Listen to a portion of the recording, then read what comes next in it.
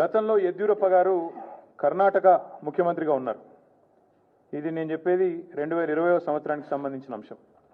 ఇది కాంగ్రెస్ పార్టీ యొక్క స్టేట్మెంట్. ఆ రోజు కాంగ్రెస్ పార్టీ ఆనాడు యెద్యూరప్ప గారు ముఖ్యమంత్రిగా కర్ణాటకలో ఉన్నప్పుడు మరి హౌసింగ్ స్కామ్లో ఈయన పాత్ర ఉంది అని వార్తలు వస్తే ఆ రోజు అక్కడి కాంగ్రెస్ నాయకులు చేసిన డిమాండ్ ఏంది అంటే మరి వెంటనే యెద్యూరప్ప గారు నిష్పక్షపాతంగా విచారణ జరగాలి అంటే రాజీనామా చేయాల్సిందే, ఇట్లాంటి వ్యక్తి ముఖ్యమంత్రిగా ఉంటే విచారణ ఎట్లా జరుగుతుంది అని చెప్పి ఆ రోజు అక్కడి కాంగ్రెస్ పార్టీ అధ్యక్షులు, ప్రదేశ్ కాంగ్రెస్ కమిటీ అధ్యక్షులు కర్ణాటకలో చేసిన డిమాండ్.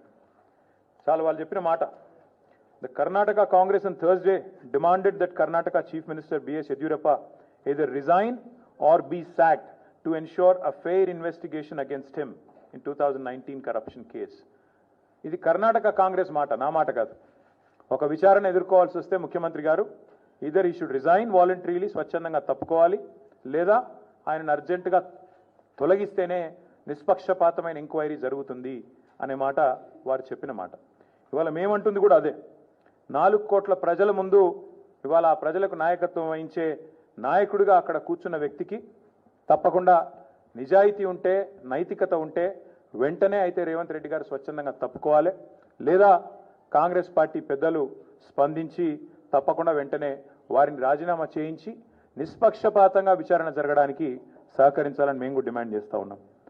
రేవంత్ రెడ్డి గారు మాటల ముఖ్యమంత్రి కాదు, మూటల ముఖ్యమంత్రి అని మళ్ళొకసారి